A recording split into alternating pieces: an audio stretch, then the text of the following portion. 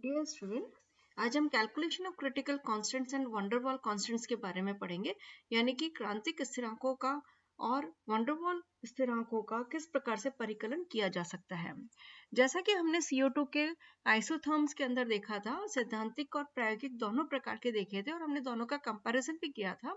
और वहां पर हमने कहा था कि जो क्षैतिज लाइन है वो एक वेवी एरिया के अंदर कन्वर्ट हो जाता है, और उस वेवी एरिया के अंदर अगर आप पुराने हमारे जो भी लेक्चर्स मैंने दिए हैं उनके वीडियो भी दे सकते हैं। इसकी प्लेलिस्ट भी है, वो मैं आपको शेयर कर दूंगी। तो उसमें आप देख सकते हैं कि प्रत्येक दाब के लिए जो आयतन के हमें 3 मान प्राप्त हुए थे। अगर आयतन के 3 मान जो प्राप्त हुए, इसमें इनका क्या महत्व है ये हम स्पष्ट नहीं कर पाए। और हमने ये कहा कि ये बस ये कह सकते हैं हम कि जो समतापी वक्रों के अंदर जो भी लहर वाला जो भाग था, जो वेवी पोर्शन था, वो एक बिंदु पर ताप बढ़ाने पर सीमित हो जाता है। और वो जो बिंदु था वो 30.66 डिग्री सेल्सियस पर एक्सपेरिमेंटल वाले ग्राफ में हमको दिखाई दिया था, जिसमें हमने वॉन डेर वाल समीकरण के आधार पर आइसोथर्म्स बनाए थे। उसमें ये 30.66 डिग्री सेल्सियस पर बिंदु हमको प्राप्त होता है।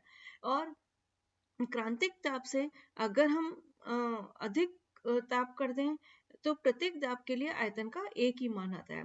तो इस प्रकार हम कह सकते हैं कि क्रांतिक समतापी वक्र एक लिमिटिंग वैल्यू ले लेता है, और अगर इस क्रिटिकल टेम्परेचर से हम कम ताप लेते हैं तो वहां पर पीवी जो वक्र है वो इरेगुलर हम मान सकते हैं कि अनियमित था वहां पर।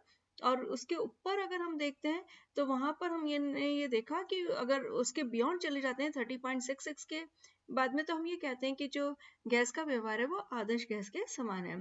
तो इस प्रकार क्रिटिकल अगर स्टेट के अंदर हम वॉन डेर वाल समीकरण जो हमने पहले पूर्व में पढ़ा था, उसके हम एप्लीकेशन ले सकते हैं इनकी कैलकुलेशन के लिए। कैसे कि हम ये यहाँ पर जो वॉन डेर वाल जो समीकरण है उसको अगर हमने जब लेफ्ट हैंड साइड की जो पार्ट थे, वॉन डेर वाल समीकरण 1 मोल गैस के लिए हमने लिया था P + A/V² और V - B is equal to RT। तो उसमें जो लेफ्ट हैंड साइड का जो पार्ट था उसको हमने मल्टीप्लाई कर दिया कि P + A/V² multiply by V - B 1 mole gas के लिए अगर हम लेते हैं तो इसमें यही प्राप्त हुआ था, हम पूर्व में भी ये देख चुके हैं, इज इक्वल टू RT। अगर इस समीकरण 1 को हम V² के द्वारा मल्टीप्लाई कर देते हैं तो इस प्रकार से लेफ्ट साइड को हम V² से करेंगे और राइट साइड को भी हम V² से करेंगे।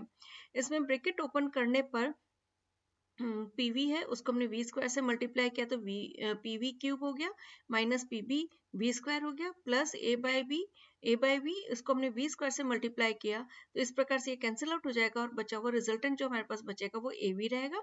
और इसी प्रकार AB/V² मल्टीप्लाई बाय V², तो ये कैंसिल आउट हो जाएगा तो माइनस AB रह जाएगा। और हमने जो RT V² जो है इसको हम लेफ्ट साइड के अंदर लेके आ जाएंगे तो माइनस हो जाएगा। तो इस प्रकार से यहाँ पर हमने मल्टीप्लाई किया और फिर जो हमारे पास रिजल्टेंट आ गया PV³ - PBV² प्लस AB, इसको सॉल्व आउट करने पर AB आएगा, इसको सॉल्व आउट करने पर AB आएगा, और इसको लेफ्ट हैंड साइड के अंदर लेने पर RT/V² आ जाएगा इज इक्वल टू 0। तो इस प्रकार अब हमने जो V² की दो टर्म्स है, एक तो हमें मिली PBV² और दूसरी हमको मिल गई RT/V², इन दोनों को हमने एक साथ लिख दिया। तो PV³ - PBV² माइनस RT/V² और बाकी as it is plus AB minus AB is equal to 0 रख लिया। इन दोनों टर्म के अंदर क्योंकि V² कॉमन है तो हमने V² यहाँ पर कॉमन निकाल लिया, बाकी पूरी इक्वेशन एज इट इज है।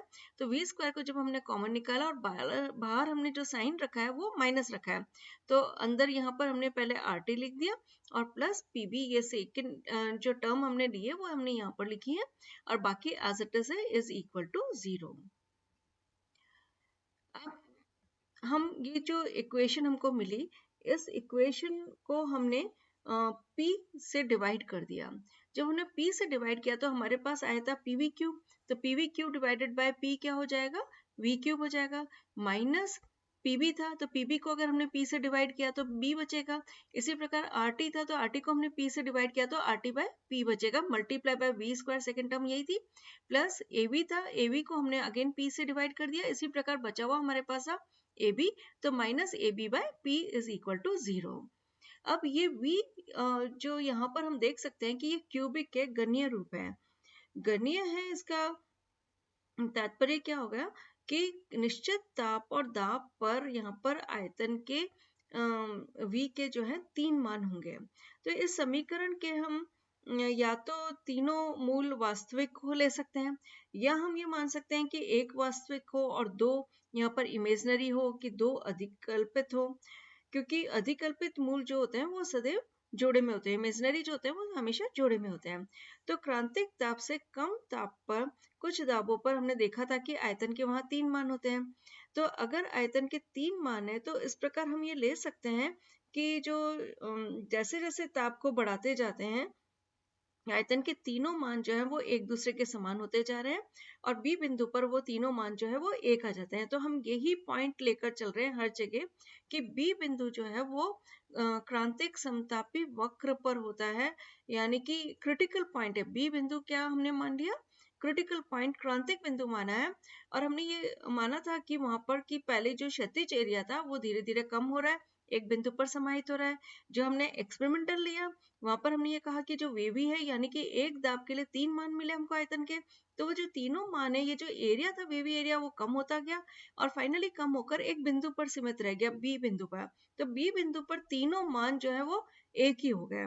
तो इस प्रकार हम ये कह सकते हैं कि जो आयतन का एक मान जो हमें मिल रहा है उस समय पर क्रांतिक स्थिति हो गई, तो वो क्रांतिक आयतन के बराबर हो गया। तो और इन अदर वर्ड्स हम ये लिख सकते हैं कि V is equal to VC। हम एक बार पुनः स्पष्ट कर देते हैं इस बात को कि यहाँ पर हमें क्यूबिक इक्वेशन मिली है। क्यूबिक इक्वेशन का तात्पर्य ये हुआ, गणीय जो समीकरण मिला उसका तात्पर्य ये हुआ कि V के यहाँ पर 3 वैल्यूज हैं। अब अगर 3 वैल्यूज होंगी तो किस प्रकार की हो सकती है वैल्यू, एक रियल हो सकती है, दो इमेजिनरी हो सकती है, एक वास्तविक होगी और दो अधिकल्पित होगी। और दो हमने अधिकल्पित इसलिए बोली है कि इमेजिनरी जो वैल्यूज होती है वो हमेशा पेयर में होती है, वो हमेशा युग्म में जोड़े में होती है। तो वास्तविक मान क्या हो गया, एक हो गया। अब हमने जैसा कि आइसोथर्म्स के अंदर ये कहा था कि जो क्षैतिज एरिया है, जो वेवी एरिया है, दोनों की हम बात कर रहे हैं, सिद्धांतिक की भी बात कर रहे हैं और प्रायोगिक की भी बात कर रहे हैं। तो सैद्धांतिक और प्रायोगिक दोनों के अंदर जो वेवी एरिया था, वो जैसे जैसे हम ताप को बढ़ाते जा रहे हैं वैसे वैसे वो एरिया कम होता जा रहा था। क्षैतिज लाइन जो है वो थोड़ी छोटी होती जा रही थी, वेवी भी जो लाइन थी वो भी थोड़ी छोटी होती जा रही थी, और अंततः वो बी पॉइंट पर जाकर सीमित हो गई। बी पॉइंट हमने क्या माना, क्रिटिकल पॉइंट माना, जहां पर हम गैस और लिक्विड के मध्य में विभेद नहीं कर सकते। और हम ये कह सकते हैं कि बी पॉइंट के ऊपर जो भी आयतन होगा वो आयतन किसके बराबर होगा, क्रांतिक आयतन के बराबर। तो हमने यही assumption यहाँ पर नीचे ले लिया है, V is equal to VC, और in other words V minus VC लिख सकते हैं हम इसको, is equal to 0। अब हम इसकी गणीय इक्वेशन बना लेते हैं, गणीय समीकरण बना लेते हैं, क्योंकि हमें इसके द्वारा और इसके उपयोग से हम यहाँ पर PC, TC, VC सबके मान निर्धारित करने वाले हैं। तो अब हमने V माइनस VC क्यूब ले लिया इज इक्वल टू 0। इस क्यूबिक इक्वेशन को अगर हम खोलते हैं तो जैसा कि A minus B whole cube का फॉर्मूला होता है, उसी के आधार पर हम इसको लिख रहे हैं, V cube minus 3VC V square plus 3VC square V minus VC cube is equal to 0। ये a माइनस बी क्यूब के आधार पर ही हमने इक्वेशन लिखी है। अब हम कंडीशन क्या लगा रहे हैं कि अगर क्रांतिक अवस्था है तो क्रांतिक अवस्था के अंदर जो भी दाब होगा वो क्रांतिक दाब के बराबर होगा, यानी P will be equal to PC। इसी प्रकार जो ताप होगा वो भी क्रांतिक ताप के बराबर होगा, यानी T is equal to TC। तो जो भी यहाँ पर P और T है उनको हम PC और VC के द्वारा सब्स्टिट्यूट कर देते हैं इक्वेशन नंबर 3 के अंदर। तो देखिए सबसे पहले यहाँ पर है V क्यूब, उसको हमने एज इट इज लिख दिया, minus B plus RT by P। अब T के स्थान पर हमें क्या लिखना है, TC, और P के स्थान पर हमको क्या लिखना है, PC। तो यहाँ पर हमने इसी प्रकार से लिख दिया, R TC divided by PC multiply by V square plus, अब आप देख सकते हैं A बाय P है और V है, तो P को हमें लिखना है PC से, तो यहाँ पर हमने PC लिख दिया। इसी प्रकार AB बाय P है तो P को हमें लिखना है PC के द्वारा, तो P को हमने यहाँ पर PC के इक्वेट करके इससे सब्स्टिट्यूट कर दिया, इज इक्वल टू 0। अब आप इक्वेशन नंबर 4 और 5 का कंपैरिजन करिए। ये दोनों ही क्यूबिक इक्वेशन है। जब दोनों ही क्यूबिक इक्वेशन है तो हम इन दोनों को जब कंपेयर करते हैं तो फर्स्ट पद आप देखिए, फर्स्ट टर्म है V क्यूब दूसरा टर्म आ गया हमारे पास वी स्क्वायर वाला, यहाँ पर भी ये वी स्क्वायर वाला टर्म है। इसका मतलब क्या हुआ कि जो 3bc है वो किसके करस्पॉन्डिंग होना चाहिए, b plus R T C by P C के। तो हमने 3bc को इक्वेट कर दिया b plus R T C by P C के। अब हम थर्ड टर्म देखते हैं। थर्ड टर्म क्या है, यहाँ पर v वाली टर्म है, ये है a बाई पी सी, और यहाँ पर आ गया है 3bc square multiply by v। तो इसका मतलब ये हुआ कि जो 3bc स्क्वायर है वो किसके संगत होना चाहिए, a बाई पी सी के। तो 3bc square is equal to a by P C के कर दिया हमने। और इसी प्रकार जो आखिरी टर्म है वो क्या है, वी सी क्यूब है। तो इसका मतलब जो वी सी क्यूब है वो किसके बराबर होगी, A B by P C के। तो हमने इस प्रकार से ये तीन इक्वेशंस बना ली, V C cube is equal to A B by P C, 3bc square is equal to A by P C, और 3bc is equal to B plus R T C by P C. तो equation number 5, 6, 7 के आधार पर अब हम we C, P C और T C की value निकाल सकते हैं। जैसे आप ये देखिए, अब हमने इक्वेशन नंबर 7 को 6 से डिवाइड कर दिया। तो इक्वेशन नंबर 7 हमारे पास क्या थी, V C cube is equal to A B by P C. इसमें हम डिवाइड कर रहे हैं 6 इक्वेशन को।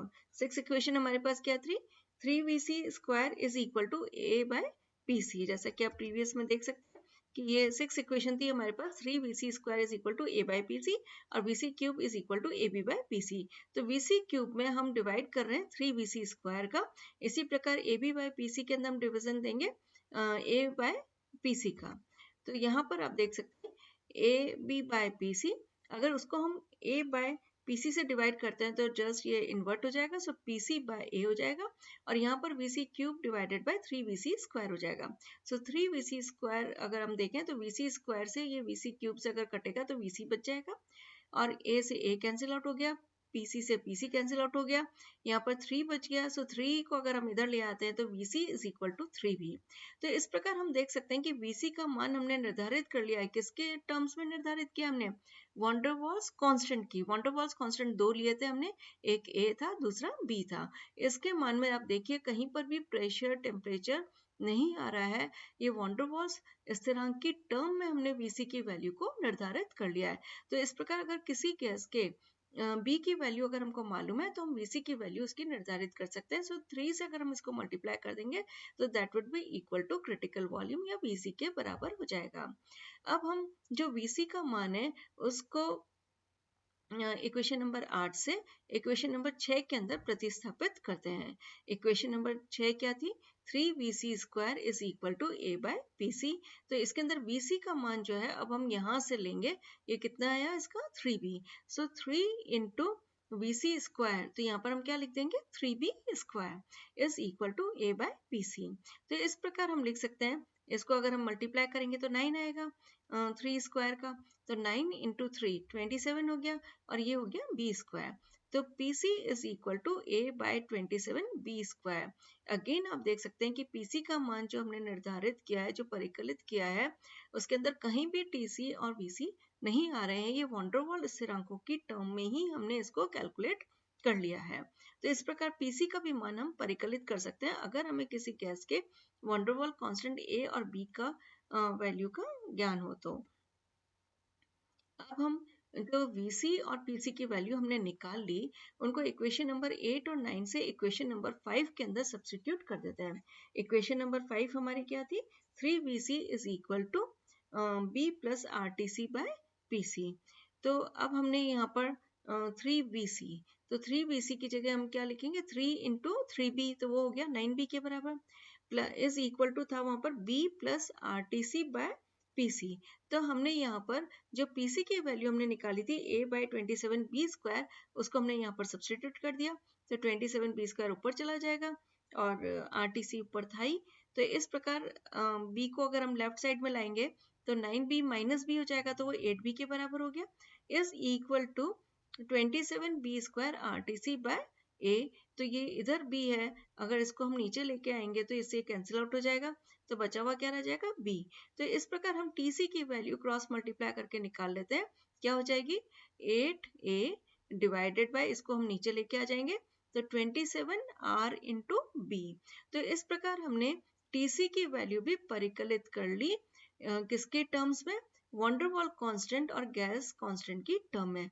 तो हम अगेन कह सकते हैं कि अगर किसी भी गैस के वंडरवॉल स्थिरांक ए और बी का अगर हमें वैल्यू ज्ञात है और आर जैसा कि गैस कांस्टेंट की वैल्यू ज्ञात ही होती है हमको, तो हम टीसी की वैल्यू भी उसके लिए निर्धारित कर सकते हैं। अब हम नेक्स्ट पार्ट देखते हैं, relation between critical temperature and boils temperature of a gas. किसी भी गैस के बॉयल ताप और क्रांतिक ताप में क्या संबंध है। जैसा कि हमने पूर्व में देखा था, TB is equal to A by RB। तो TB is equal to A by RB का फॉर्मूला हम पहले निकाल चुके हैं, TC की वैल्यू हमने यहाँ पर निकाल ली। अब इन दोनों के मध्य में क्या संबंध है, तो हम TB बाय TC कर लेते हैं। तो A बाय RB इंटू, इसको हम इन्वर्ट कर देंगे, सो 27 RB बाय 8A हो जाएगा। तो अगर इसको हम कैलकुलेट करते हैं तो ये आता है 3.375, और इन अदर वर्ड्स जो बॉयल ताप है वो TC को 3.375 से गुणा करने पर प्राप्त किया जा सकता है। तो TB अगर किसी गैस का हमें कहा जाता है कि बॉयल ताप का परिकलन करिए और उसका अगर TC दे रखा है, तो हम इस फॉर्मूले के द्वारा डायरेक्ट हम उसका TB की वैल्यू का निर्धारण कर सकते हैं। तो इस प्रकार हम किसी भी गैस के PC, VC, TC और TB का निर्धारण इन कैलकुलेशंस के आधार पर ज्ञात कर सकते हैं। और इनका ये और लेक्चर बहुत अच्छे से क्लियर करने के लिए आप पूर्व में जो पढ़ाए हुए लेक्चर हैं उनको मैं प्ले लिस्ट शेयर कर रही हूँ। तो आप पूर्व में पढ़ाए गए जो लेक्चर्स हैं उनको भी एक बार प्लीज़ ध्यान से देखें, ताकि ये लेक्चर और भी आपको क्लियर हो सकेगा।